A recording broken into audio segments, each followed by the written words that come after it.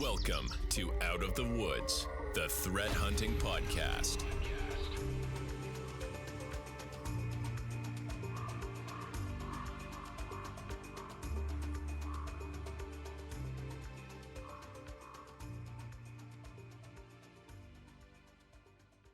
Hello, everyone. First, I want to welcome everyone to our Out of the Woods Threat Hunting live Discord interactive podcast. This really aims to cover some burning topics relating to threat hunting, security stuff, things that hopefully everyone wants to hear, talk about, and participate. Just as a reminder, throughout the podcast, we'll be taking comments and questions from our Discord server.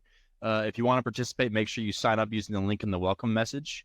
Also, for future podcasts, if you find interesting topics or ideas you would like to discuss here, what we're kind of doing is if you can tag in LinkedIn or other social media, hashtag Out of the Woods podcast, all one word, we'll see that and we can actually pull that into some things. So as you guys are doing your daily jobs, looking at things, interested in things, want to hear more input on things or just dive into it, we're more than welcome to do the same. So that's one way to share with us. So check that out. So quick introduction. I'm Scott Poley. I'm a threat hunter at Cyborg Security. Have a whole list of things I've done historically in cybersecurity. Check me out on LinkedIn, connect with me there. And then I'll pass it off to Lee. Introduce yourself real quick. Hey everyone, Lee Argmal here, cybersecurity analyst. That was my first role in cybersecurity. Actually working under the great Scott Poley here. He taught me a lot, both in networking and cybersecurity. But then we kind of both parted ways because I dove into the detail stuff, and Poley went the tougher route and did processes and management. So, but we're back again, which is always great. But yeah, check me out on LinkedIn. I post a lot, and I hope you'll enjoy those resources. So I'll pass it over to Scott again. I'll pass it, Mike. Hey, I'm Mike. So one of the co-founders at Cyborg with an engineering infrastructure product background, and had the pleasure of working with these guys on the daily. They taught me a lot about threat hunting, the deep dive into the process, and really excited to be back on the podcast. It's been a minute. Yeah, it's nice to have you back. Something else that's kind of special about this podcast, if you guys are an active follower and saw this early enough, we also do a special cocktail for podcast. This time it's the ransomware resolver. It's actually probably my favorite one we've done so far. It's a bourbon-based drink, but yeah, if you enjoy it, check it out. We'll ask questions later for feedback. But let's dive into what we typically do, or we cover the 3 interesting artifacts, or I say we all find our own interesting artifacts to kind of share to kick off things we want to discuss before we get to some other topics. So with that, I wanted to share a couple things that I like first. So one thing that I've shared even with amongst the team members here, but for those that aren't familiar with all the different random naming conventions you see with attack maps and things, there's a really good kind of open source, openly maintained Google spreadsheet of APT groups and operations that actually does a pretty good job breaking things out. I found this is a really good resource. As you can kind of see as I'm kind of clicking through here, how they tag and move things. And I don't know how you become a contributor to it, but I love it because, like, for instance, if I'm asked, like, hey, do we have coverage for this, or can we build things for this type of threat? I now have a keyword list of things to go research and find to help me navigate and drill into where things could be hiding on the internet, open source intel, things like that, to try to pull a collection together. So I find it very useful for that. So definitely check that out. I'll throw the link here in our Discord real quick, so you guys can check it out live. So that was the first thing I wanted to share. I thought it was a really good resource for that. I don't know if Lee or Mike, you've checked it out much. So just checking out now, and the power I see from this is getting all the names aligned, because that can be the biggest issue. All the aliases, right? Right. Like, just, I mean, B-Bus. I mean, come on. No one, I don't know. I've never heard of that. Not that I'm some expert, but it's just a nice place to capture all the information that you can, so that if this is like the best effort I've seen so far, so that if anyone's talking about anything and they use an alias, hopefully you can come here, figure it out. And I like the idea that they gave some background information about them as well. Because that's what we focus on, right? The behaviors, tools that they used, things they've done in the past, and all the historic data is just as valuable as the aliases themselves. And of course, you can always respect the references that they added, which is crazy because I like that they go all the way to link 25 sometimes. That's a lot of resources. I think it's awesome. It's I've been using it a lot recently for some internal projects, and it's really interesting because there's such a breadth of intelligence services out there, and everybody wants to call something their own name. Like Microsoft just rolled out their new naming convention for threat actors. MITRE has one, CrowdStrike has one, Palo Alto has one. It gets confusing, right? And I think, having a source of truth is really important. I would love to see this get pulled out of a Google Doc and maybe put into some sort of database that you can hit via API, pull out a little bit.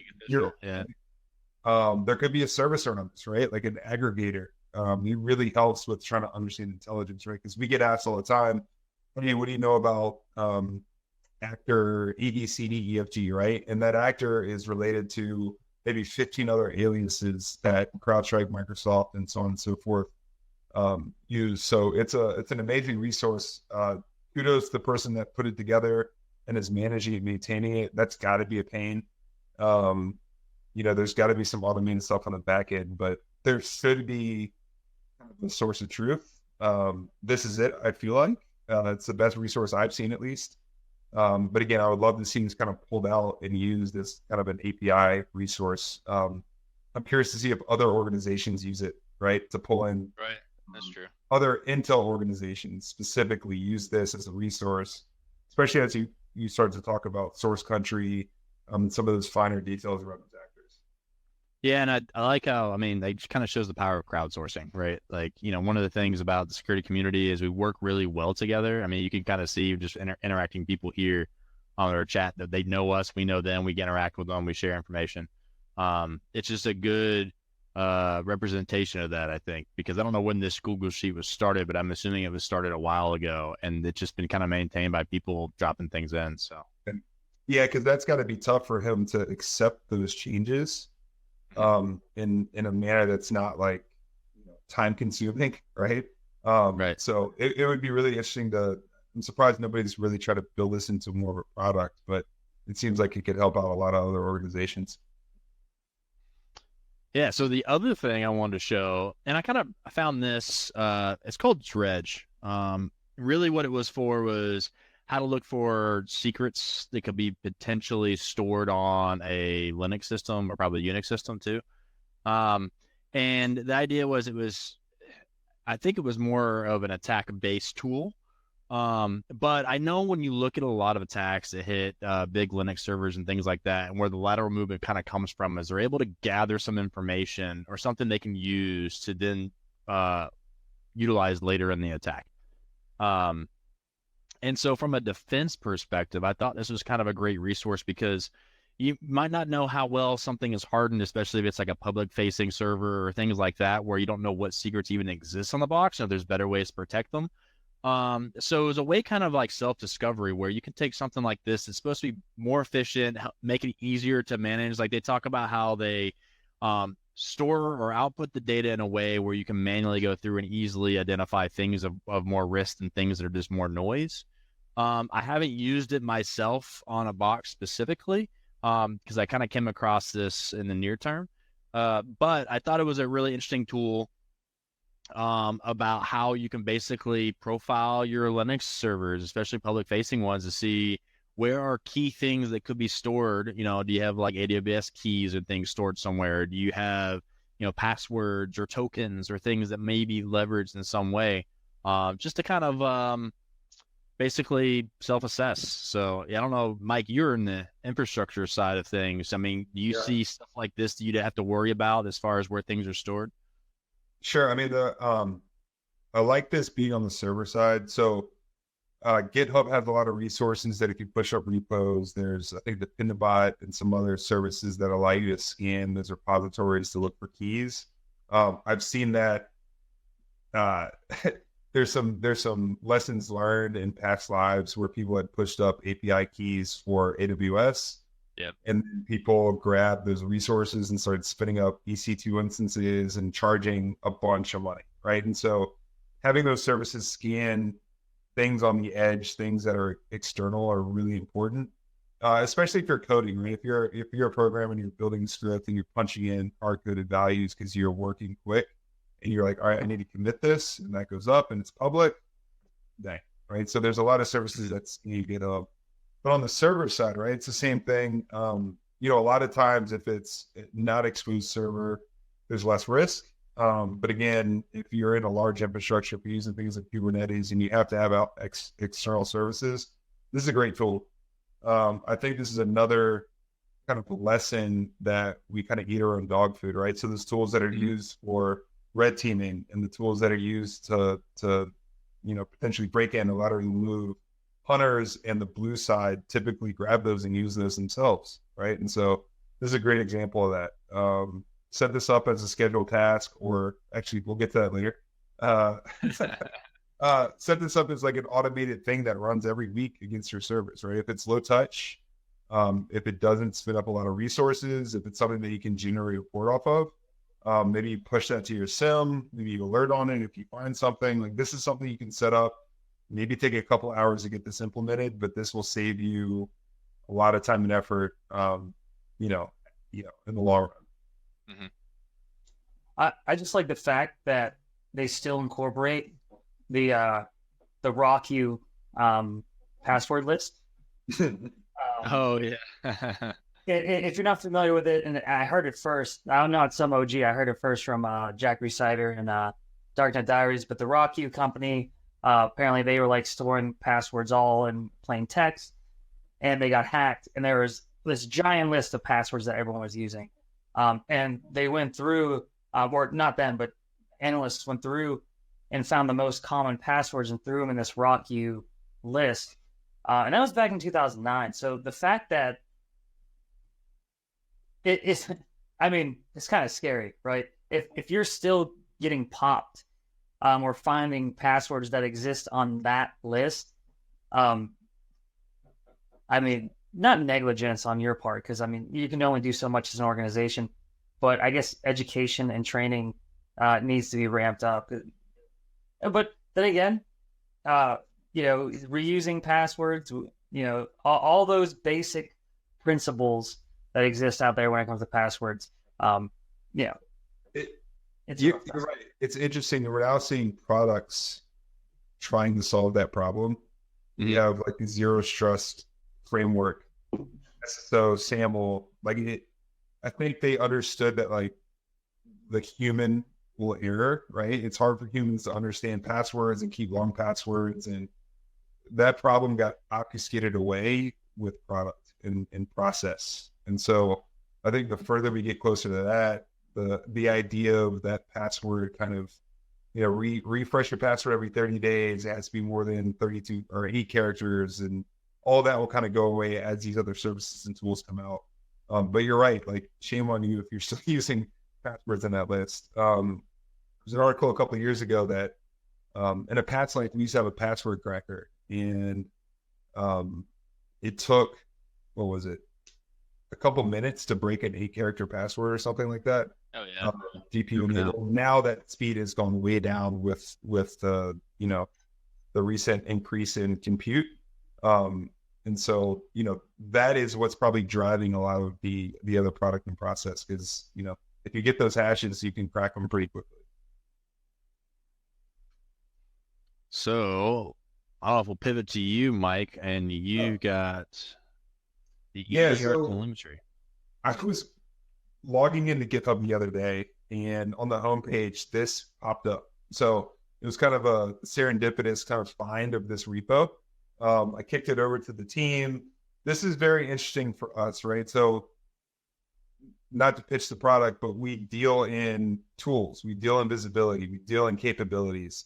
And so this was really interesting to see this project built out, right? And this is at the benefit of organizations that are looking at switching products, buying products, really understanding the visibility and capabilities of these tools.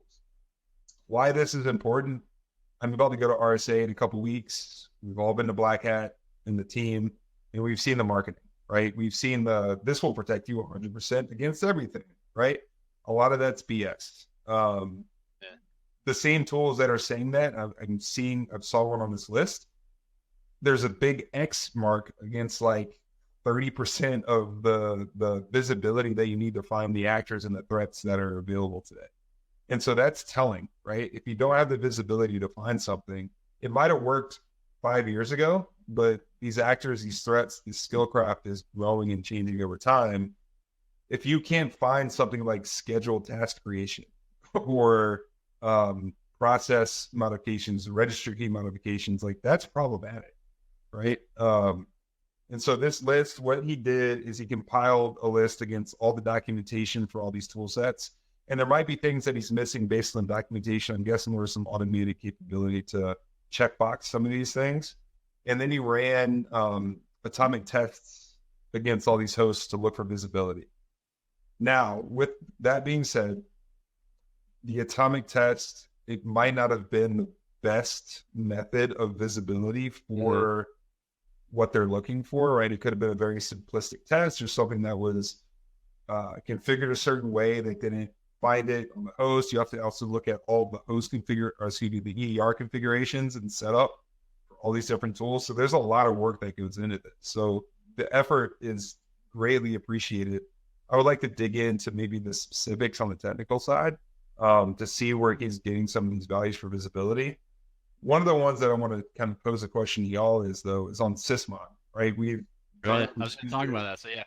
Yeah, I saw some X's there. And so for me, in understanding Sysmon, right, there is a config file you can apply to Sysmon. The default is very minimal on the visibility because it is resource intensive, but you can expand out that list. Palantir has their own Sysmon config that is very detailed. There's a lot of other resources out there. And so if you adjust that config, I think the visibility changes. And so I'll pause there. I'll kick it over to all other experts, but is that the case with what you saw here in this list? So you want me to run first? Go ahead. Yes, go ahead. All right. So yeah, that was something I wanted to call out is I always say Sysmon's a great augment visibility tool, right? But like clearly there's some things it doesn't monitor. Like they had some like user like scheduled tasks directly, no, but from registry you could. Things with like user activity and login and stuff, it doesn't do any of that. So there are specific things that happen around the system. Sysmon isn't great, but Sysmon's really good for things that are occurring on the system from a lot of attack perspectives. But the one thing I wanted to call out that I thought was really interesting, so I really like Sysmon specifically for the registry side of things, because if you look at registry activity, almost everything in this row right here is checked green across all tools. There's some of these exclamation marks, which I don't know if that's like a maybe, but it's green like across the board. But I know, in working in predominantly majority of these tools, that registry visibility means, yes, they do see some registry keys, but they don't monitor them all equally. But when you have things like Sysmon, the advantage is you tell it what to monitor. You can configure that. So there's some things that could be misleading from the data because it's such a high level, right? But it's a really good place to start to say, where does the capabilities exist? But you still have to verify, for instance, if I'm looking for a specific behavior from a threat hunting perspective, emulation is still very important to say, okay, I know this tool has that telemetry. Does it capture that specific telemetry around what I'm trying to identify, right? So I think emulation is still very important beyond this list, but this is a great place to say, what should I expect, so you can identify those gaps outside of that.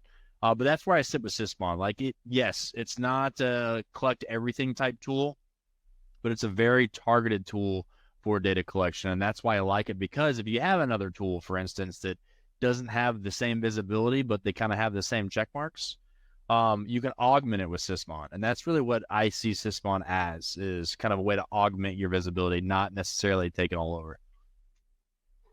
And absolutely. I actually think it's kind of unfair that Sysmon's here. It should be like an honorable mention or just like a side note. Because quite frankly, if you have Windows, still like some of these logs that you're relying on or that it's looking at are found in Windows native logs. Like natively, right? Yeah. So if you're looking for a user account, you're not going to find that because, Microsoft realized that, hey, we have all this robust logging that looks for communication to DCs, Kerberos activity and all this stuff, but we don't have really good EDR stuff. So let's create that. And then they built that to be like, what is it? I think it's 26 events now. Where around that, and like you said, they're just supplementing. They're finding the endpoint activity where all the other native event logging is here. Where I do appreciate, like you said, Scott, is that you can really configure Sysmon to look at what you want, registry key wise. Whereas all these other EDRs have been designed already as almost black boxes to say we're looking at this subsection of registry keys. You can't configure that. So if you want more visibility, then maybe a solution like Sysmon pumped into your SIM will work. So those are my thoughts. Kind of, like I said, not that Sysmon doesn't belong here, but when it's compared to all these other devices that have been designed as full endpoint protection versus supplemental logging for your Windows, for your native logs, it's kind of like it doesn't even compare. So, can you go back to that real quick? Yeah. Scott? Yeah. So like registry key activity, a lot of the tools in here have incomplete or X's, right? But registry is green across the board, but that we know that's not complete. I said registry is complete across the board as far as green, but it's not really complete. Yeah, well, go back real quick to the left. You see some yellow arrows. There's 2 yellows. That's about it. Yeah, and then so the X against some tools. How do you supplement that, right? So if I'm a user of that tool and I see that, oh crap, right? Like, what do I do? I mean, yeah, that's a tough one to answer, right?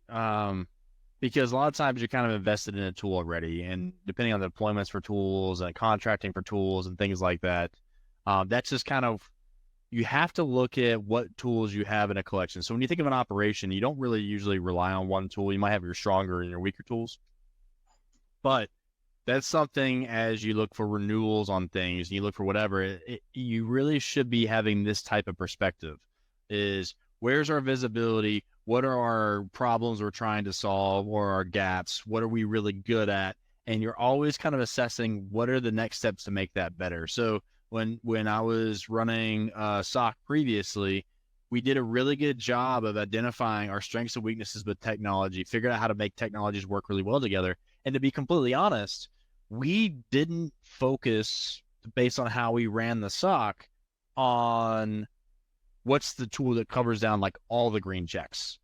We wanted to find a tool that did something really well that covered down maybe a few of the green checks, but then integrated really well with other systems for like a SOAR, or can interact with other platforms. So you can take the strengths of 2 systems and figure out how to make them work really well together, and kind of, then you can start building some automations and things from a SOC operation perspective. And that was kind of our approach. So I think it just kind of goes with what are the problems you're trying to solve today? What technologies do you have? And where do you want to be 5 years from now, year from now, 3 years from now? And that's just part of your roadmap as strategy goes, right? Like, for instance, threat hunting. A lot of people don't have it in their shop, but is it part of their next year plan, their 3-year plan, their 5-year plan? Like, how do they know how that's going to fit in? How are they going to grow their operation? How are they going to mature it? I think those are always questions that management should always be looking to answer. But is there a way to cover down on that visibility immediately or supplementally? Sometimes you can get creative on the system itself. So a good example of this, I've heard of a solution, for instance, where proxy, right? Proxy data. You can see all the web traffic that people go through, but the proxy, if it's not in the cloud where you always are using it when you're off-prem, because now remote work's a thing, you only get capture data when it's on-prem. But the proxy was removed, and now visibility was gone. And the analyst had an ingenious way to basically write a PowerShell script that would go grab the history logs from the browser to capture that URL data and then feed that into their SIM solution, right? They had a way to basically grab data at certain points where they know it's going to be sitting, but not necessarily logged, to solve a problem that they had really good content, but they lost that visibility. So I think that's a great example of where sometimes the solution isn't something you can just buy off the shelf. Sometimes you have to use some native tools and knowledge to solve, but that was a priority. And since they prioritized on it, they figured out what are some possible solutions and they made it. Now they have to manage it because it's a homegrown solution. So there's that cost involved, but that was a huge gap and obviously offers a huge win for them. So it was worth it. Right. And I see here, at least for this example, for registry activity, for anything that's missing something there, I think Sysmon kind of edge covered, right? And that's a free solution that you can deploy, literally break down your config to just that, and pull that data out, right? So there are solutions to cover down on the visibility. I think like you said, you have to get creative a little bit, right? Because all these tools are fallible, right? They're not going to protect you, as they say, 100% of the time. And it's really understanding the visibility. And that's why I think this repo, I started, I will follow it. I think it's going to grow to something really cool, and keep organizations honest, which is very important, right? Yeah. So, and I think we talked about this before, and I think I'd probably even mention it as well. But the question is, how do you cover down? So the easiest approach that I take a look at is look at your event types, look at the logging that you have, look at the information that you want. Is it there? If not, okay, well, how are we going to figure this out? Hopefully, in most organizations that we talk to, they have a SIM and an EDR. So EDRs not so much configurable for visibility. SIMs, you can pump whatever you want into it. Unfortunately, with that comes cost. So if you're pumping up more logs, you may be paying more. But I know I said Sysmon doesn't really belong in here as a comparison, but that's where Sysmon really fits. And I will keep saying it until it happens. But I can't wait to see Sysmon come natively on Windows machines. I thought Windows 11 was going to do it. They're not. It's going to happen. Maybe I'll just tweet it once a day, every day until it happens. But the whole idea is, like you said, Sysmon's free. If you don't want to pump those, go ahead. I lost my thought. Go ahead. Mike, you were going to say something? Yeah, I was going to say, I think the reason probably why it's not deployed automatically is because the layman user is not going to use Sysmon.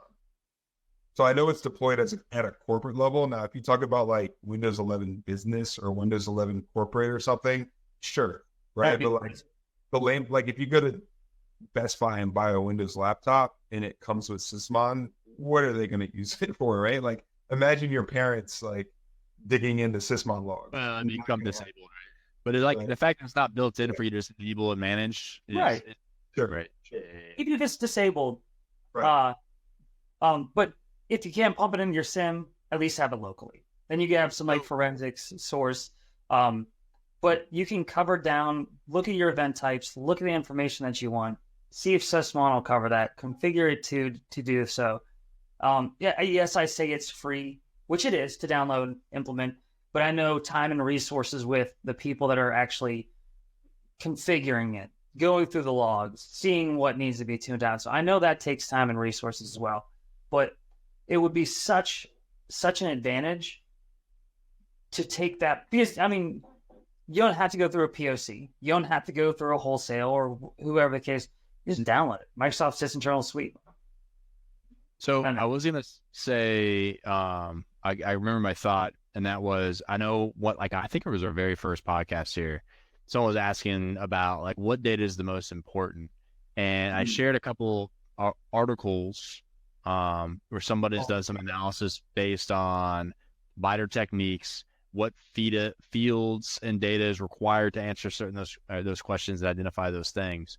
And it was surprising that like I think 500 and some was just answered by command line alone, right? So granted, all these artifacts that are listed here are very valuable depending on the scenario, but I feel like a majority of threats, depending on their sophistication, can really be distilled down to, you know, a core group of things. And I think Sysmon, why we harp on that so much, is it covers probably 90% of what you need to have visibility to, outside of auth, but auth's just native. So Yeah, and I think the other important thing that I would love to see out of this repo eventually is like, why does that matter? So you see the deltas between the subcategories and the features and telemetry.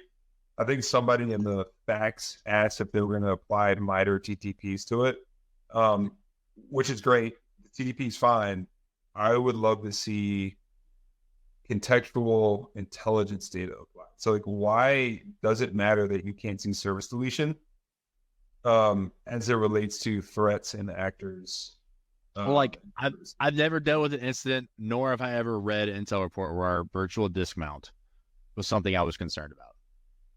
Now, in a scenario where that is leveraged, I'm sure I would like to know and be able to see that, so it's easy for me to investigate. But and I mean, we do have some content that kind of tailors to that, but we find it in different ways and at a specific alert, right? So you know, that's what's interesting about. There's a lot of really good artifacts, but they may not all be necessary depending on majority of things, right? Right. Cool.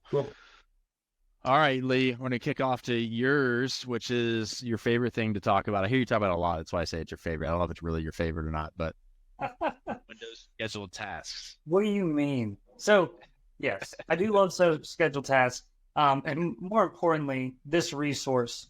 That's a great resource, by the way. So I probably share the most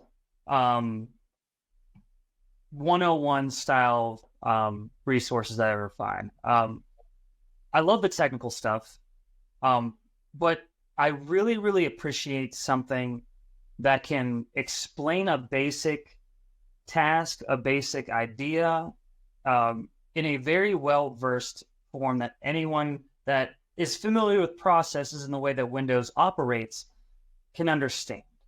I always look at these things as being the like the senior or principal analyst or hunter on your team, that, you know, the person that you wanted to teach you, who do you want that to be that person. And seeing things like this, it's great to see, because, you know, you don't have that like barrier of, well, what is the scheduled task? Or, you know, it's like, we'll figure it out. Well, yes, we can all figure it out. You know, we're trying to analyze it.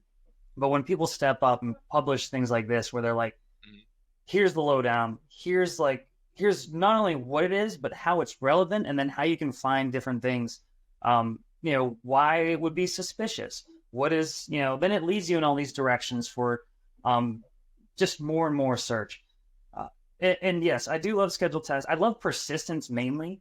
I love looking at the different ways of persistence, because if you can find that, it's kind of like the biggest slap in the face to the adversary. Like, you thought you had to put validation too, right? Because I feel like when you find persistence, it's the one thing that is like a true or false, something bad happened here, right? Execution, you could be on the fence, like, well, did an admin do this? Did a system do this? Did a application do this? Persistence is kind of like yes, someone's here that shouldn't be here, right? Yeah, and just finding that, not only does it give you a lot of ammo to say, like, listen, we're actually compromised, but it gives you, there's just so much things. Windows info is always good. Yeah, because there is so much out there. There's so much about Windows. But it's funny because it's always the same Windows things that are being utilized, but like you said, this is a great take it all in a one chunk, right? And they have a lot more. Yeah, I've never seen Cyberg, but I like the concept they have built out here. Yeah, and they follow the same kind of thing, that, you know, using this for an investigation. Then, you know, and the great thing about this is it's not just threat hunting. It's not just build an alert about this. You can take this, you can apply to threat hunting, you can apply to or detection engineering, And if you are a defer analyst and you're like, well, I'm dealing with hands-on blocks and, artifacts like that, well, you can find stuff like that too and still apply that same information. So it hit a wide range of audience and cybersecurity professionals. I just really enjoy them. I enjoy when the new ones come out. I've been going back and reading the ones they previously posted, and it's always good to refresh, right? Even the basic stuff. Yeah, this was an amazing article. I think to your point, like if you have the time and the resources, like read through these, right? Like this is explaining the service, what it does, the normalcy of those services. It's a struggle. And then, the things that are flagged that could be flagged from a malicious standpoint. But it gives you a breakdown of the things that and as we talk and Lee, you're doing work on this right now about what is normal in my environment. What are the things that are consistent that happen all the time that are normal to the operating system? What are my false positives, right? As it relates to everything, right? So if you're looking through logs all day long, you're going to see things that are normal. And you have to be able to identify those to understand the things that are not normal, right? And so this does a great job of explaining all of that. I think it was very interesting at the bottom of that article, though, it talked about intelligent scoring of artifacts. So being able to apply scoring against the things as it relates to the kind of the identification of, if a task is created within the last 30 days, suspicious, right? Unusual locations, link files. The one that was interesting though is if it's hidden, they say it's related to Hafnium. That's a little scary, right?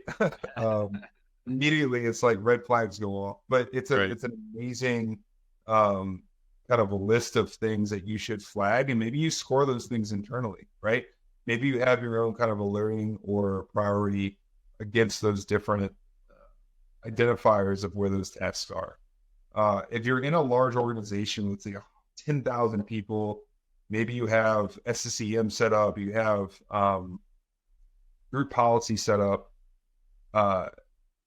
That should be very rare that you have scheduled tasks created often, right? That's normally a big business level decision to build in these type of processes across everybody's computer, right? And so that understanding, again, your environment, your infrastructure, getting to know your admins, right? Getting to know your IT people, having those relationships and having that communication is super important to understand what's going on, right? If you're a threat hunter in a bubble and you're doing all this work and you don't have that communication channel, and I think, Scott, you've talked about this a lot, right? And Lee, same thing, where you're not effective if you can't reach out and be like, hey, what is this thing?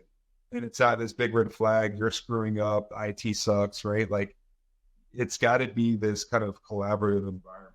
So I think this all goes into just understanding the environment, right?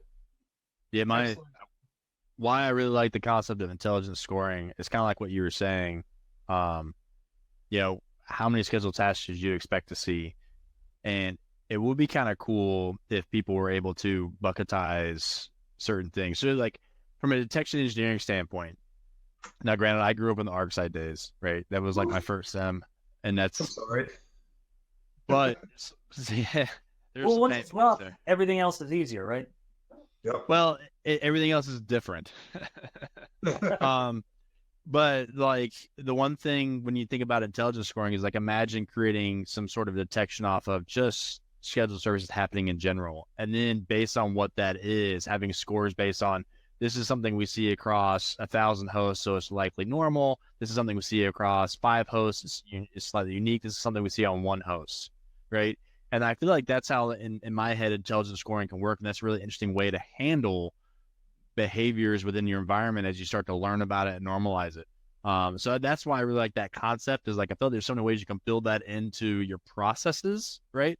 But the other thing I really like about this article in general, and I'm excited that you kind of brought this source to mind, Lee, you probably save me some time, is when I build hunt packages off of a concept, I don't like to just address like threat report says they did X, right? I'm like, okay, well, how many ways can you leverage X? What does X mean? What do I expect to see in X? So I started like just digging in general. So like a good example is I was looking at Chmod for Linux, right, recently, and making things executable. And, one of the things that really stands out when I was digging into it was anything that's given a odd number, regardless of who you're giving execution to, is executable. And then you can use the X and do whatever. But if I just focused on a specific threat report where that was being leveraged, I'd be focused on like 700 or 755, as that's the specific number I'm looking for in Chmod when you're running the command, or just plus X.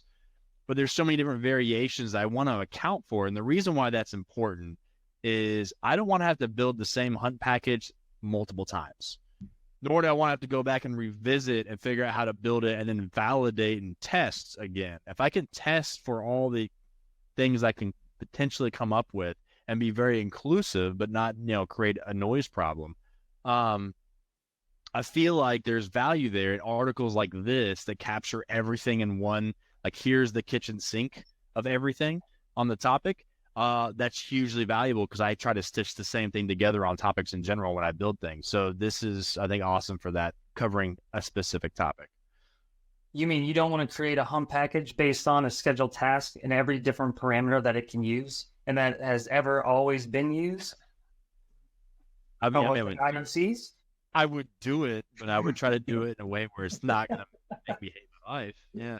And you know what? This article saves you from going, or saves you for the most part from going to reading the Microsoft documentation. So you don't have to give them that satisfaction. Yeah, we do have a question. The same we question. have a question. I'm looking at it. So the question is really, what tools or techniques do you recommend on monitoring sysmon hidden registry files, which are hard to detect as malware use obfuscation techniques? Even using EDR detection rules to view telemetry data does not always yield the desired results. So I guess to clarify on hidden registry files. So I know actors will stash things in a certain place in the registry to read from. And that's kind of harder because they can pretty much create anything anywhere, especially in the user space, as they see fit. But as far as like the way where services were created and deleted from the Halfdam, example from the services, there's a registry thing that was created and there's a registry thing that exists, but the service doesn't show up properly. So really it just comes down to sysmon's really good at anytime you see an interaction with a registry that is important in some way. Either it can be levers on the system for certain privileges or UAC bypass or things like that. You kind of create a list of those, and any activity around those sysmon's going to fire.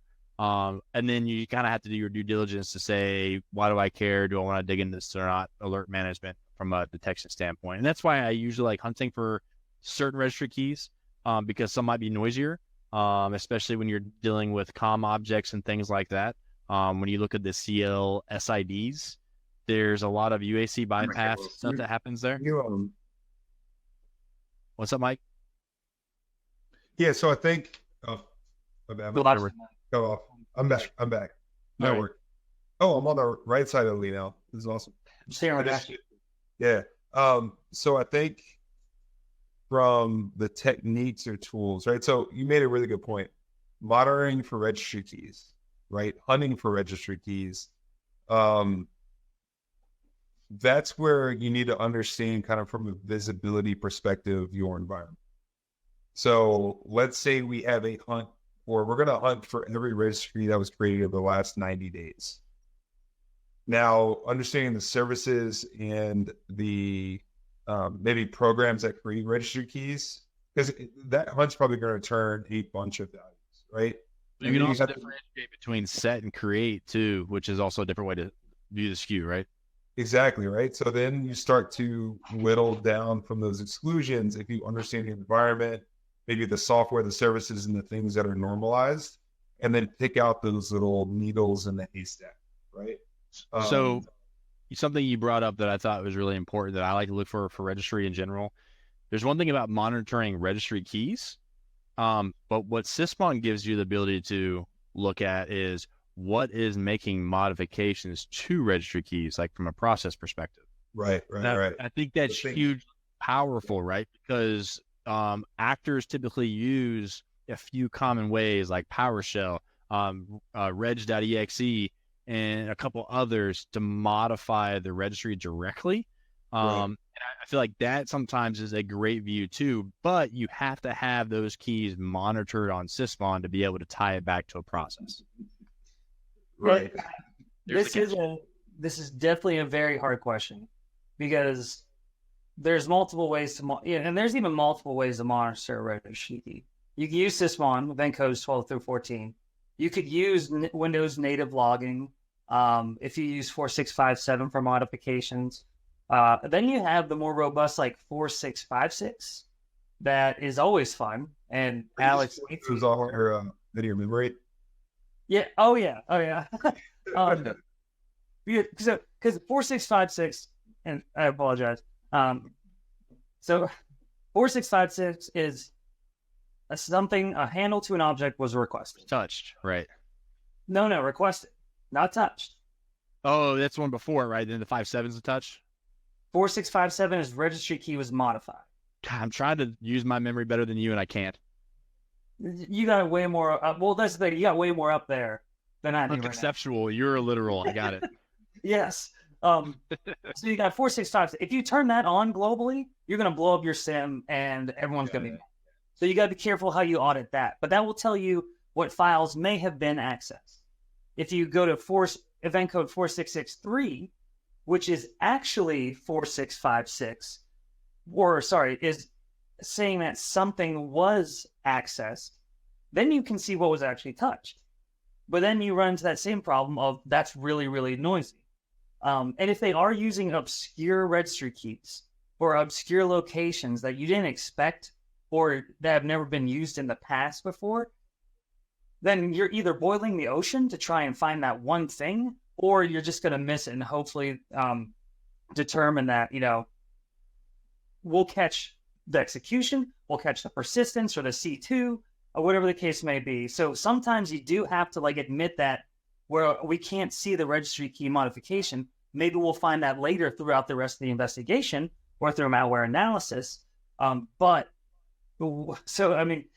It's not an easy answer. You can definitely prioritize those registry keys like Scott mentioned and Mike mentioned that have the high impact. Which ones are used to elevate privileges? Which ones are used for persistence? And so on. And those are normally the ones that are caught up by the EDRs and everything. I've got three things to consider when it comes to registry.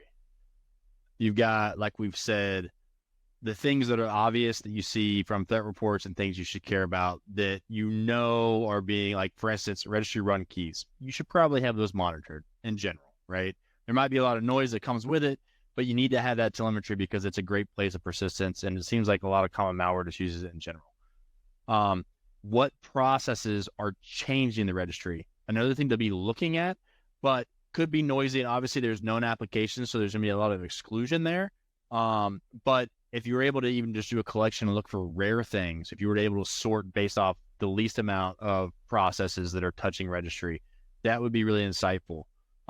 The third thing isn't so much that you normally collect on, but things like Kanza and things that let you remote into a machine, or if you're doing instant response, looking for really, really long values in registry keys. So things that are like greater than 250, I want to say characters, but there's like a bin value, but you can do characters, right? Because they're usually like base 64 encoded and stuff like that when you want to put scripts in there. That can let you know when maybe scripts or weird binaries are being dropped as far as being stored in the registry to be pieced together, put together, or utilized in a malicious fashion. Obviously, there's some normal things and benign things in there, but those are the three things I typically think about to rehash that in short term. Known registry keys to look for, what processes really change registry, and long values. That's kind of where my head's at. So, yep. Thanks for the question. Thanks for driving that discussion further. It's making it nothing's easy to solve. Yeah, nothing's easy to solve in cyber, right? Like we face some immense challenges all the time. So there's a lot of creative people out there. I think these resources are amazing, though, right? Like to Lee's point, I know you say you bring up the 101s, but that's the important base of knowledge to be able to do a lot of really interesting things. So it's funny, and I don't mean to carry this on longer or just straight from the path, but Mike, you played professional baseball, right? I did it. How did you get there? Because you did all the cool stuff really well, or what? No, I was fundamental. Coming out of high school, I was tiny, but I was a good base runner, fundamental, could hit, could run. College, I had to grind it out. I wasn't the flashy guy that just hit home runs all the time and did like the bare minimum. But I think that's the case across the board with baseball, right? Like it's fundamentals first, and then you get to go do the fancy stuff, right? And so I think, and you coach baseball, right? You coach sports, so it's fundamentals first, right? And then you grow the other skill craft. And that's what I tell them. I'm like, listen, the basics. I was like, professionals are professionals because they are masters of the basics. Yep. They didn't win us like at this spot because they were able to bat flip a certain way, right? They were very good at the basic things to do, hitting off the tee, fielding a grounder, making accurate throws. That's how we need to approach everything. Which makes consistency, right? Consistency is important. Yes. Yeah, absolutely. Yep. And if you don't have strong fundamentals, maybe you can grow, but you'll never have that strong foundation of understanding. Yeah. I've interacted with some people in cyber that were like specialists in their one little space, right? But as you grow outside of that, they were lost. And so that's fine, but like they didn't have a generic understanding of, the core competencies, but they were really good at that one thing, right? And y'all are successful, Scott, you and Lee, y'all dealt with a bunch of, y'all had to be in the grind of it, right, to get to where you are today. And that's important across the board, right? It's always my favorite people in cyber were the ones that were always trying to learn, always gathering knowledge, always wanting to talk to people and share knowledge. And those are the guys that are super successful in the space. Absolutely. And I know they may not be here, but looking back at Rabner, back in March 20th, they had a question about they're new to threat hunting. And they don't have any threat hunting experience or certifications, which is absolutely fine. You don't need a bunch of letters after your name.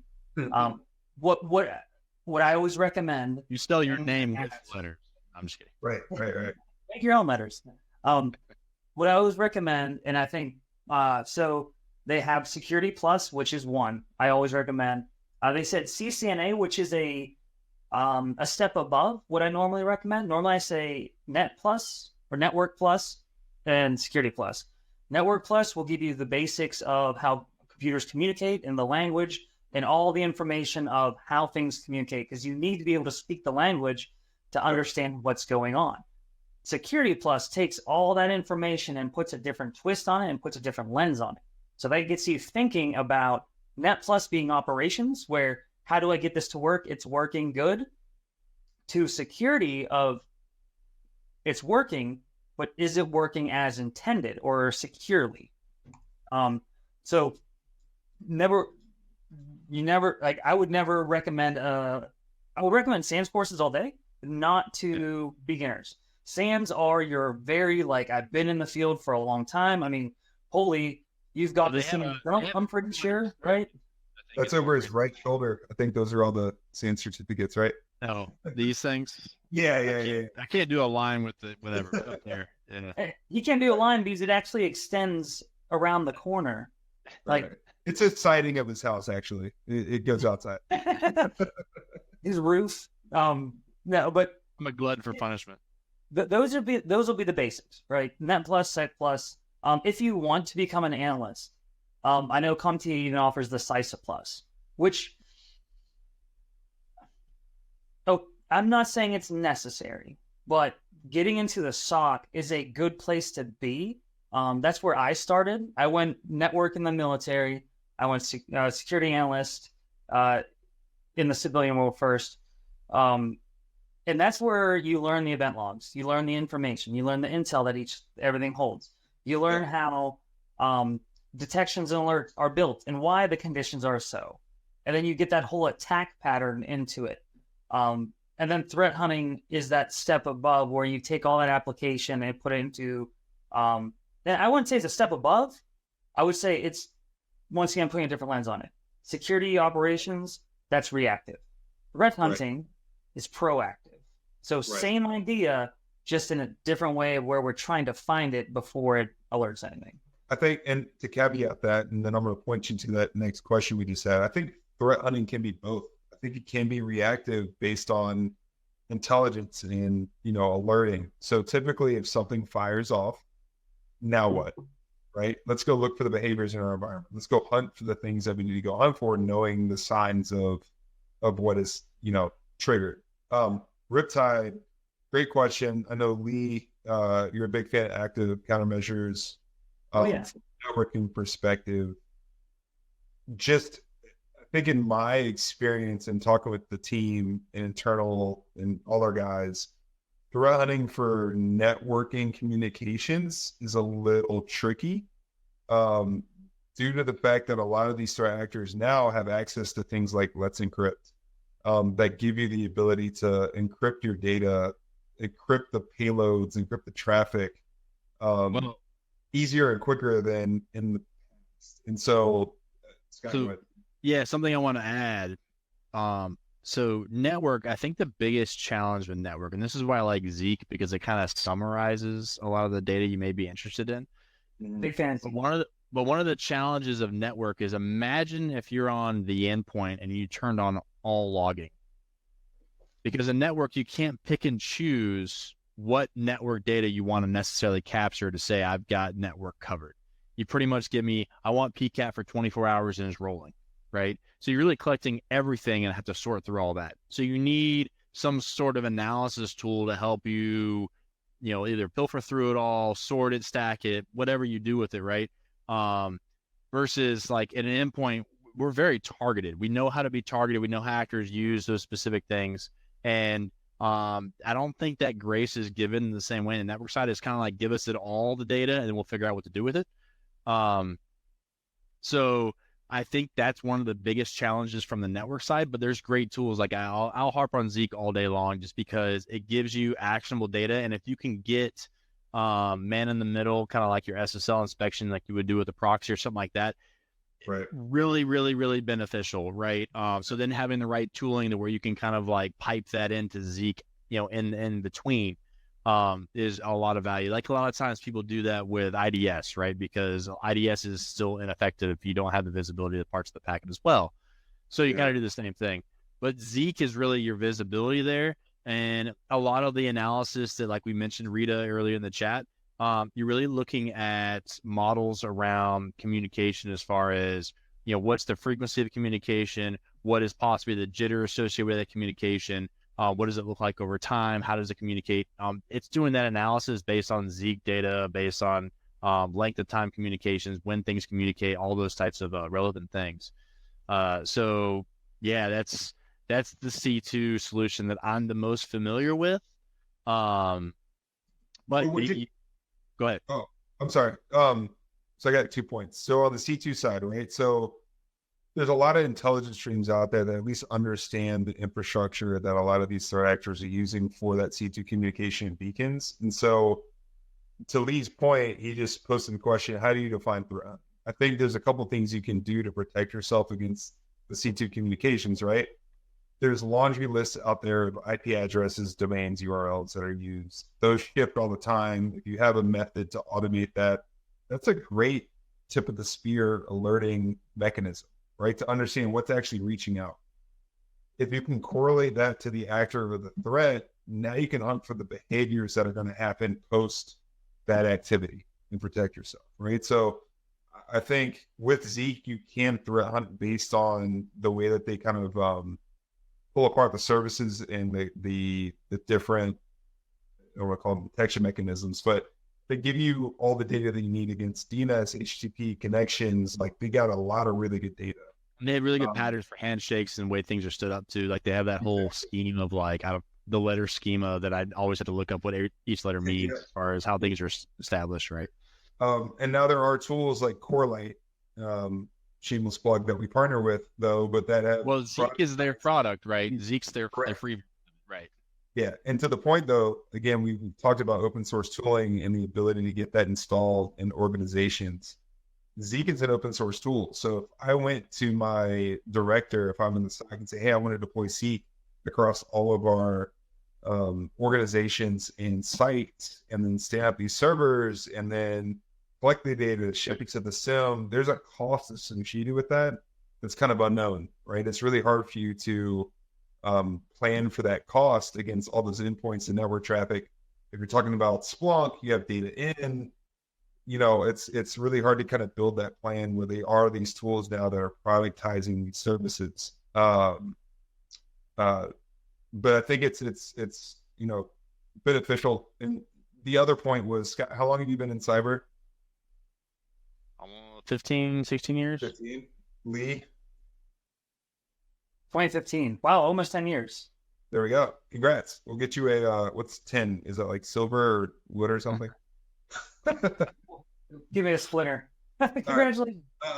But to the point of that is, I think I've been in for about 10 now as well, a little bit more. PCAPs were the thing you had to have from a security perspective back in the day, right? So you had RSA, you had Impulse. You said you were in the ArcSight days. Like that was the thing. That was like the gold standard. Is like you had to capture the PCAP. You had like petabytes of hardware in your data center to capture that data. And then we started moving to the cloud. We started having a little bit more visibility. Yeah, and where's that visibility going? When you go to the cloud, it gets really hard. Right. It's wild to see that kind of immediate shift between let's capture all the network data we can to we don't really care about that. Let's just get the endpoint data. Let's capture the edge stuff. Let's capture the metadata about the network, not the actual packet. So it's been really interesting to see that shift over time, I think, in cyber. So the one thing about C2 that I like to talk about too is like, obviously there are specific malware, right? And when there is malware deployed, you can use a lot of IOCs and Intel sometimes to help with that problem. But the one thing that happens a lot, like for instance, if you look at like Chinese actors, they're really, really good at web shells, right? So they're attacking web server infrastructure, they're establishing a sort of web shell, and they're seeing the callbacks and things like that. And I feel like if you're monitoring the right things, first off, an interactive web shell connection on a web server, the connection length alone is going to be way greater than your standard anyone interacting with the website, right? Depending on how you set up your website, I guess. I'm not like a huge expert in this area, but from things I've looked at, that's how it's been, right? So like just looking at and understanding where people are going to attack and establish C2 outside of just the endpoint, but you also got to understand that there's not just malware. Like look at ransomware groups where they're doing like AnyDesk. That theoretically is a C2, right? Like they can get in, do command and control through legitimate tools. And so C2 is like a bigger problem that you have to solve in different ways depending on what it is you're dealing with. And I think off-the-shelf stuff, especially if it's not like off-the-shelf offensive tools, you should be in a pretty good place to handle because it's really easy to sit there and say, well, I'm going to inventory all these specific things, and you can very easily say, well, this is what it looks like when it's installed. This is what it looks like when it communicates. You can kind of profile those things if you wanted to. And especially with the stuff that's actively being used, there's good information out there. Web shell stuff, I talked about the connection list and how web shells are installed, but sometimes you can look for, if you even have file creation visibility on specific servers, you can look for specific file types that are leveraged in web shells. And maybe there'll be some noise associated with that depending on the processes for maintaining websites and services. But those are other things you could be looking for or looking at as well as far as the visibility and data you want. So yeah, C2, I feel like sometimes it gets bottled down into like a single topic when I feel like there's a lot of subtopics they get addressed differently, and kind of like everything in cyber, right? Like it's never like an easy solution for this specific thing. But it's always important to keep that in mind of what does that mean, and know what solution fits what best. Don't try to have one solution that solves all, essentially. And I posted it once again, shouting out to one of our favorite sources, the DFIR report. They did, and this is more touching on beacons than C2 stuff. Well, I guess C2, specifically Cobalt Strike C2 beacons. Right. Going back, we got Sysmon. Event ID 17 covers named pipes. Yeah, the pipes. And named pipes are the ways that two programs can communicate with each other. And that is a good way. And Cobalt Strike itself has a defined list of default or default named pipes. Let me grab that real quick. But that's a good way, and not that it's a surefire way, but what happens is a lot of these reports involve C2B or Cobalt Strike, simply because it's off the shelf. They have access to it. I mean, to get legitimate access to it, it's a little tougher than getting illegitimate access. But they have that capability, and they pass it around, and they use it. And if you are a script kiddie, or if you are a junior, and you're attacking and you don't know how to configure it, or for the lack of, for the reason that you just want to get in smash and grab so you don't configure it yourself, if you just use the default features, then, I mean, that's a way that you can speed up the attack, but it's also a way to get caught because of the named or the default configuration. So, and what's unfortunate about Cobalt Strike is in the early days when we weren't all 64-bit systems, one of the easy ways to detect Cobalt Strike was because it would use 32-bit libraries and exploitation. You would see 32-bit like syswow 64, right? You see a lot of binary paths associated with that when Cobalt Strike was hitting an environment. Not so much anymore because things have changed. But something else I want to mention too is you think about C2. C2 is really important, but something else that you can kind of pick up on is how do people proxy traffic? So when you're in environments that can't directly talk to the internet, or someone is dug into your environment, like where they're forwarding things. So C2 might exist on one node, but it has to forward through a beachhead, right, to get out. That's something that I think is also kind of easier to identify because the things would be very non-standard for your environment because you wouldn't expect that. Like if someone has a netsh rule on Windows that basically says if anything hits this port, forwarded to this IP to this port, and they can create that rule on the fly. They basically immediately use Windows to port forward everything for you, or there's some other ways or other tools. I want to say ngrok, if I remember that correctly, is another tool for something like something else similar to that. So those are other types of things to look at as well, is how to proxy traffic out of an environment that I know a lot of threat actors are using in terms of really secure environments where they're like, oh, look, we've locked down the firewall. We've locked out all these things. Well, yeah, that's true. So now C2 is not so much the method. It's more how do we proxy traffic? That becomes more the technique to look for. So depending on your environment and depending on where those proxy or things could exist, that's another thing to technically look for. Yep. So I know we have about 20 minutes left. I know we've been killing it on questions, but we have a huge topic, so we might only get through part of it. Yeah. Yeah. I mean, we can dive into it. Yeah, let's get into it. Yeah. All right. So one of the things I'll introduce the topic, and then we can kind of run through some questions on the data within the topic. So I think we'll get the link shared out. But SANS did their threat hunting survey of 2024, right? They call hunting for normal within chaos. So really kind of a background of the survey, if you guys aren't familiar with it, it's their 9th year of really doing it. The goals of the survey really is to look at insight into challenges, is also how do people hunt, or how is hunting conducted. And then they try to repeat some of the questions from year to year to see how things change, which kind of makes sense, right? That's the whole point. But one of the things that I want to caveat here is surveys are a great way to really collect data, but there's a lot of assumptions being made, right, by the people that are receiving the data. And also when we're going to talk about it, we may make some of our own assumptions as well as why we think the data kind of is that way. So you can see the link that's shared there. You can grab a copy of the survey as we kind of talk through it. So take note of that. One of the things to mention in the survey before we get into the kind of like the topics of the survey is the demographic. There is a lot of organizations across the world. There's predominantly a lot of more smaller organizations included in there, but there's plenty of large ones, probably 55 large organizations, which is more than 50,000 people within the work. And they kind of break out the demographic in there. But so a good collection. of things as far as some insights. So I guess I'll kind of kick off with questions from the first part of it. And that is, they have a graphic that says which attackers are usually faced with when threat hunting. And I thought this was interesting because the top was business email compromise, about 67.9%. Next was ransomware, 63%. Nation states at 38%, crime 28%, and then other at 8%.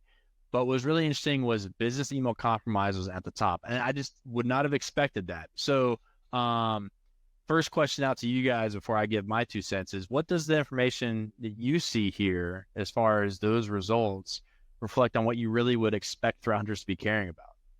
Like, did that surprise you, or does that make sense to you? Like, what are your thoughts?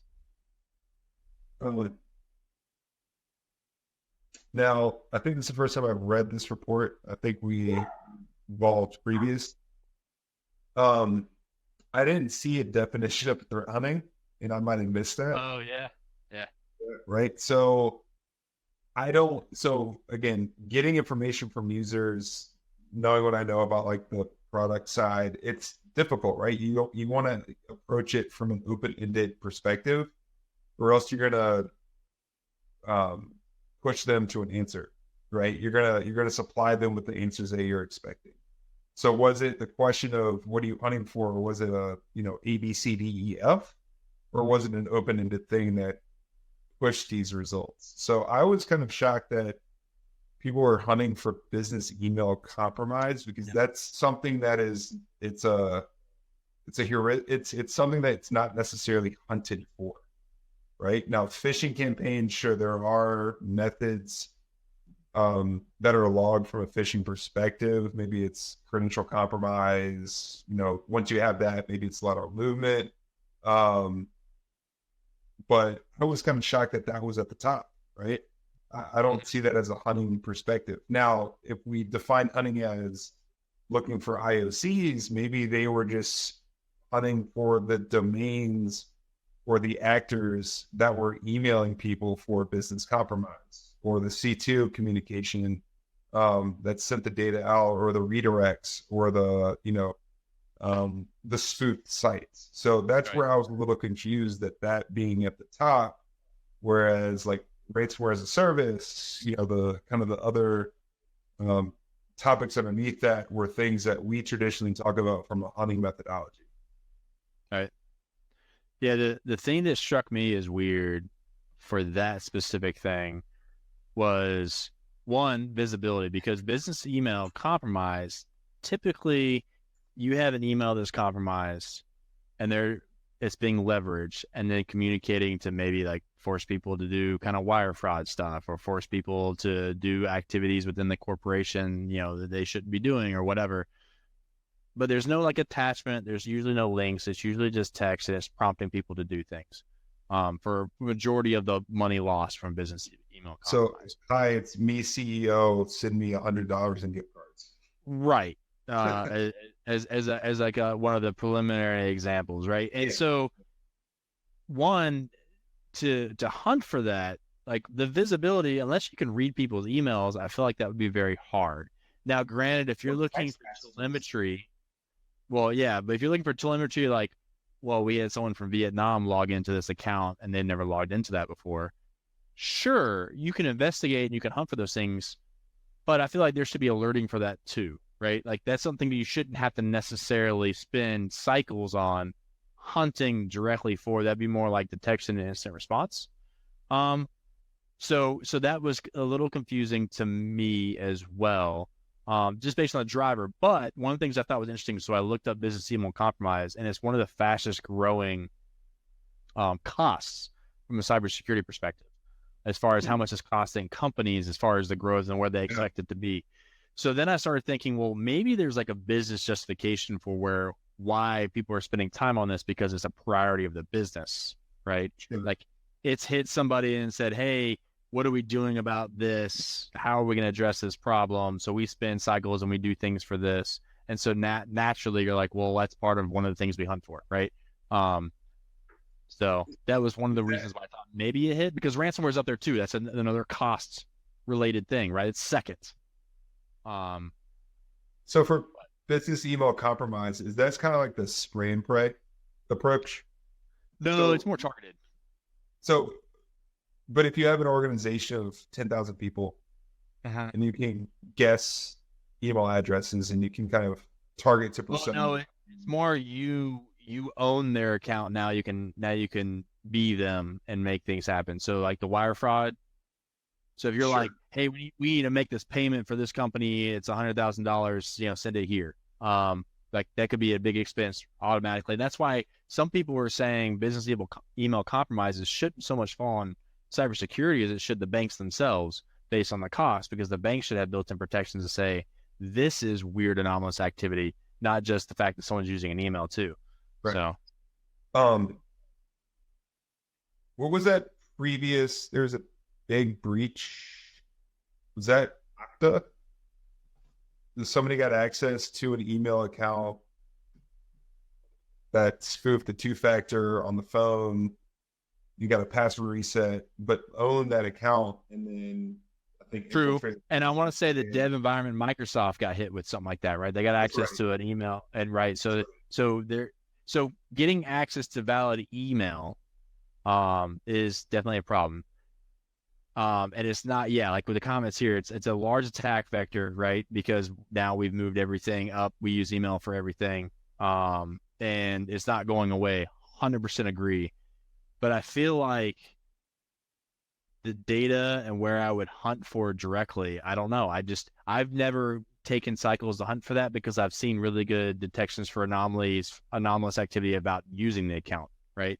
Right. But I might not have the experience in it. So if anyone else has experience for some of the things they look for if they were to hunt for this, I'd be interested. Not saying it's not a problem. I just don't know if I would put that at the top where I would spend my cycles and start hunting. It's just my opinion, though. So I feel like that's going to be like your point. It's going to be more anomalous data. Like I've never emailed these people before. I'm logging in from different country. I'm doing things that are outside of Communication the norm. patterns, where you're logging in from, those are all, Right. and they have heuristics around that, right? A lot of platforms today. Right. So And My I question- wouldn't call it hunting. So yeah. And I was just about to say, for these two, so business email compromise, normally you get alerted on it, right? Hey, I got this weird text, or Right. a user responds. God bless those organizations that get alert that ransomware is active, right? Because at that point, it's done, right? Yeah. And I guess I'm not trying to knock anybody. But I see where the disconnect is. I think this question was read what keeps you up at night instead of what do you hunt for? yeah, I can see Or that. alert on. Because quite frankly, if I'm gonna just like you said, if I'm gonna hunt for business email compromise, I'm gonna look for the behaviors, the weird logons, the access to weird or emails that have come in weird, from weird locations, anomaly type, behaviors for ransomware. What happened beforehand? I'm looking for the privilege escalation, looking for initial access, and so on, all that type of stuff. Now, I'm very curious, as well, what all that other stuff is, because I see nation states, and I want to ask, or I wish I could ask, how they're hunting for nation states, and whether that is we are ingesting intel, we are taking the IOCs, we're scanning our environment.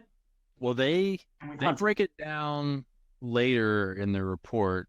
They really call out ransomware versus nation state. Like, what TTPs do you look for, right? So Yeah, I'm on that. I'm on that graph actually. So the top 75.8% was looking up the land binaries. Great. which I thought was interesting. We'll get to that later, maybe. But like, I was interested. Why did people not care about living off the land binaries with ransomware? Because with all the things I've looked at, they use a fair amount of that too before the ransomware. So I thought it was interesting. Ransomware was custom malware. Right, because they use their own payloads, but that's not what I would hunt for. I want to hunt before that, right? So yeah. The vulnerabilities, right? You don't look for the vulnerability getting exploited. You hunt for the activity after the post exploitation. Yep. And so a perfect example is the XV vulnerability that that we've been talking about a lot lately. And that's a great example. The ES6i vulnerability, I think another one just popped today. Those things are the impact, right? It's the initial access. That doesn't necessarily ruin the company or destroy the company or like provide financial value to the actor. It's all the stuff that happens afterwards. So those are the things that you want to catch. If you can't catch the initial access, and typically the information that comes out is, hey, patch, or you typically have that information before you have the information of the things that are being exploited in the wild, right? That's the thing that happens kind of after the fact. So well, that's why I always harp on post exploitation, because even if you go through like basic offensive classes on how to do offensive things, it's like you get in, you do this, and this is the same thing every time, right? It's like you get in, you figure out where you are, figure out what's next to you, figure out what you touch. Like there is like a routine associated with once you get in. And I like to focus on that because that fingerprints an actor's behavior because they like to do they're creatures of habit, but it's something that's consistent to look for. You had a great metaphor about like driving to work, I believe. Was that your metaphor? Yeah. Or like a home, right? I'm looking at my front door right now. There's a couple ways to get in the house, and there's a lot of things to do once you're in the house, right? But like typically, if I'm in the house, I'm going to go look for the valuable things. So you can kind of match those patterns the same way to your metaphor about like driving to work, right? Like, yeah. How many people drive to work only one way? And then, what would make you change directions? Probably protections or barriers or detours. But you're still going to, you're still a creature of habit. You're going to do the same activities. Lee, did you have any other kind of interesting things out of this article? I look right. There were a couple. Let me see if I can scroll through them real quick. There was something that really. Oh, okay. I like does your organization use one or more clearly defined methodologies to threat hunt? Yep. And then how often do you review or change your threat hunting methodologies? I think we're on the same page there. Yeah, I was about to bring that up too. You want me to talk on it real quick? Yeah, go ahead. Okay, so as far as does your organization use one or more clearly defined methodologies threat hunting? Once again, without the centralized definition of what threat hunting is, I'm skeptical about the results. The fact that almost the majority said that yes, we have formally defined threat hunting methodologies. I find that hard to believe, simply because of threat hunting being a buzzword nowadays and all the different definitions that exist out there of what threat hunting is. So they never. Good. I was going to say, I got a point to what you're saying. When you read further, it says what was the big driver for the methodologies, and people said the CISO, 40%. And that made me feel like, are people interpreting, did they have a dedicated threat hunt program versus methodologies, which is, I feel like, the way you get the work done, right? That's a great point. Yeah.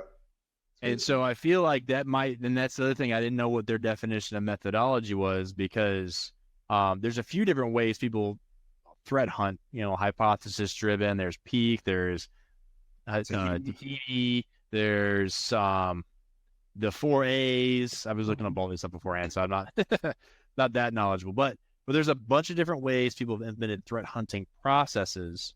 But I wonder if those are the things people are thinking about, because I do feel like there's a lot more ad hoc approaches, or now I should say ad hoc, more responsive, like reactive approaches to threat hunting a lot of ways. And they may have their way of doing it. But when I think of methodologies, I feel like it's a program that has a rinse and repeat. I can continue this process. But one call out before anyone jumps in, I really like Riptide's comment about the BEC stuff, where he basically is prioritizing where you look for anomalous behavior. I think that is the correct approach when looking for problems like this, where there's not a lot of telemetry other than some communication that, you know, you can manage, but you're looking at your high priority things. I love that approach because one, it's a great place to start if you've never looked at anything. And if you want to mature it to where you can do it at a bigger scale, great, but you might only really care about the 20 to 30 people. So great comment there. Automatically alert on like keywords, like if gift cards in there. Right. No. Yeah. The thing that caused me to kind of pause a little bit was the concept of changing a methodology or framework. Yeah, that was interesting. That's typically something that is core to the work that you're doing. Monthly. Like that was a cadence in there. Wild. Right. So Right. that tells me you're not, maybe the definition, maybe there should have been like a tooltip of the definition of methodology or framework, but like. Also, like the never column. Never. Well, We're doing some it. of the See, so that I was gonna say some of the context around that was, you know, as threats change, you might change what you're doing. But in my mind, the methodology should be able to incorporate how threats change, where your information comes from, because it goes through the same pipeline of processes, right?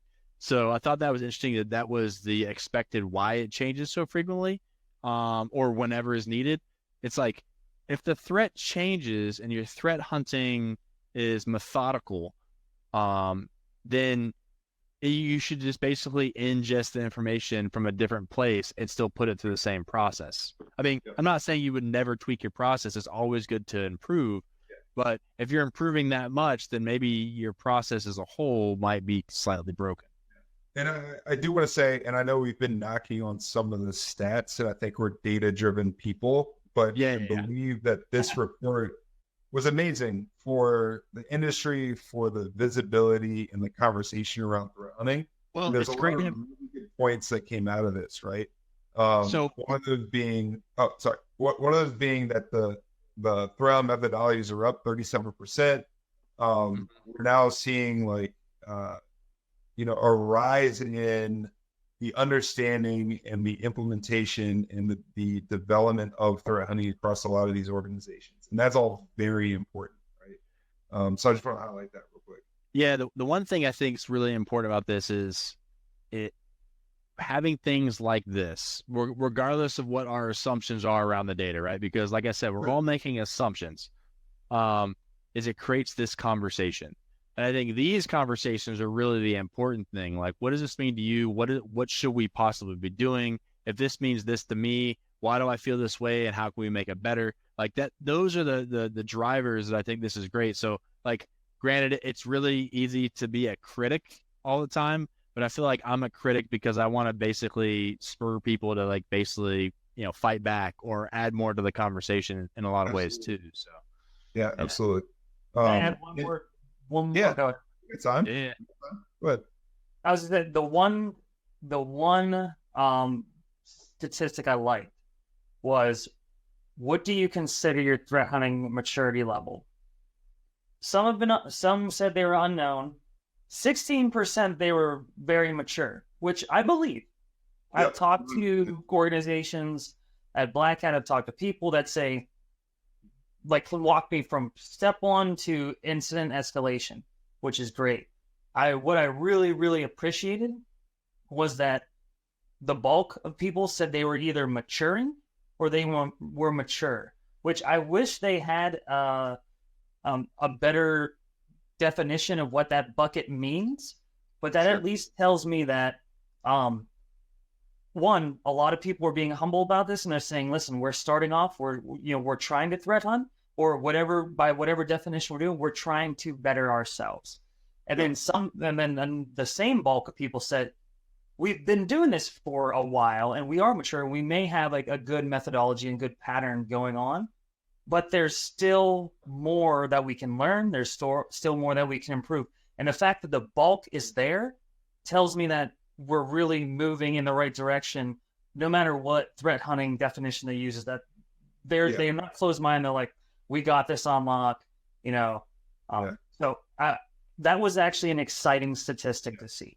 I think this report's super important because it's been going on again for 9 years, but they've been able to track the increase of those percentages across a lot of these stats and metrics that we've been talking about today, which means that organizations are looking, to your point, Lee, to mature, right? We're not there yet. It wasn't 100%, which is great to see, right? We want progress. We want organizations to be like looking forward to progress their knowledge and skill sets. So I know it's tough because the data is obfuscated, right? Surveys are always hard. I hate having to send out surveys to get the right responses, right? But this is definitely driving that discussion in the right direction. Yeah, discussion is important. Yeah, absolutely. And we're at the top of the hour, or top of the. So I feel like we'll be covering more of these pieces of this report. So if you guys haven't seen it, definitely check it out, download it, because I think the next time we'll dig in even further. Because we were planning on digging in more, but you guys asked great questions. So we'd rather get to what you guys want to talk about as well. So with that, yeah, tests, sure. So I just really want to thank everyone for joining. Once again, love really talking shop with, friends, colleagues.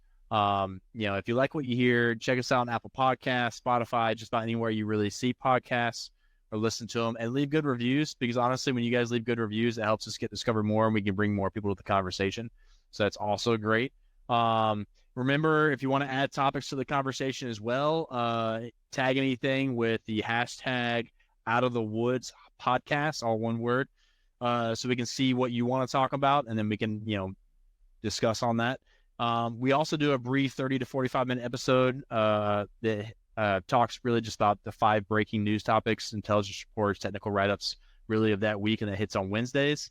So check that out as well. And once again, I really appreciate everybody's time, and I love the conversation. And a few of us will be out at RSA coming up. I know we're about to hit conference season. So if you want to meet up, grab a drink, have a conversation, reach out to us. We'd love to meet you in person, build the community. See if you can get the, what's it called? The ransomware. What was it, Pulley? The drink? Yeah. The ransomware resolver. Oh, I like it. Yeah. Go have some more. Let's go resolve some ransomware. You'll forget about it after a while. Exactly. All right. Well, happy hunting, everyone. Take care. Take care, everyone. Thanks for listening to the Out of the Woods podcast. Be sure to subscribe wherever you heard this podcast so you never miss an episode. For more information or to connect with Cyborg Security, check us out online at www.cyborgsecurity.com and follow us on social media. We'll see you next time.